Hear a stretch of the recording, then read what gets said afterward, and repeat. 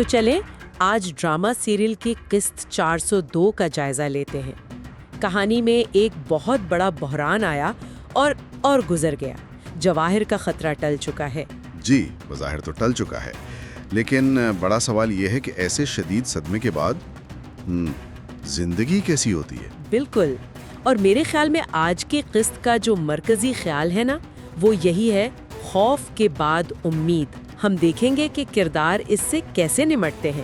یہ ایک بہت اہم نقطہ ہے، کیونکہ یہ کہ صرف واقعات کا تسلسل نہیں ہے، یہ ایک نفسیاتی سفر ہے۔ ہاں، ایک طرف گہرے صدمے کے اثرات ہیں تو دوسری طرف ایک نئی شروعات کی شدید خواہش بھی نظر آتی ہے۔ یہ دونوں چیزیں ساتھ ساتھ چل رہی ہیں۔ اور اس کی پہلی جھلک ہمیں دلان اور باران کی گفتگو میں ملتی ہے۔ وہ پہاڑ والے واقعے کے فوراً بعد باران دلان کی ہمت کی تعریف کر رہا ہے۔ ہاں، خاص طور پر ایک ماں کے طور پر، اور یہاں ایک بہت دلچسپ نفسیاتی تبدیلی نظر آتی ہے۔ اچھا؟ وہ کیا؟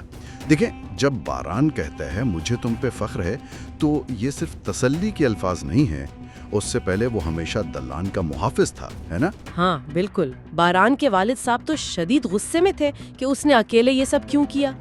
یہ تھوڑا عجیب نہیں لگا؟ پہلی نظر میں شاید لگے، لیکن اس سے کارا بھی خاندان کی بنیاد کا پتہ چلتا ہے۔ ان کا اتحاد صرف محبت پر نہیں، بلکہ ایک دوسرے کی حفاظت کے سخت اصولوں پر بھی قائم ہے۔ اچھا، تو باران نے اکیلے کارروائی کر کے اس اصول کو توڑا، اسی لیے اسے غصے کا سامنا ہے۔ فرات کا خوف بھی، وہ بھی اسی بات کی نشاندہی کرتا ہے۔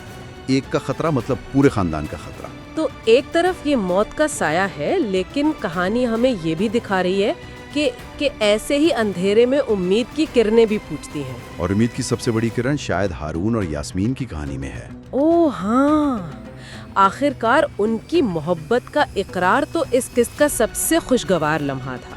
جی بالکل، لیکن اس میں بھی ایک گہری بات چھپی ہے۔ جب ہارون کا بھائی اسے نصیحت کرتا ہے کہ یاسمین ہمارے لیے امانت ہے، اسے کبھی دکھ مت دینا، یہ صرف ایک نصیحت نہیں ہے، یہ اس نئے رشتے پر جو خاندانی ذمہ داری ہے نا، یہ اس کا اعلان ہے۔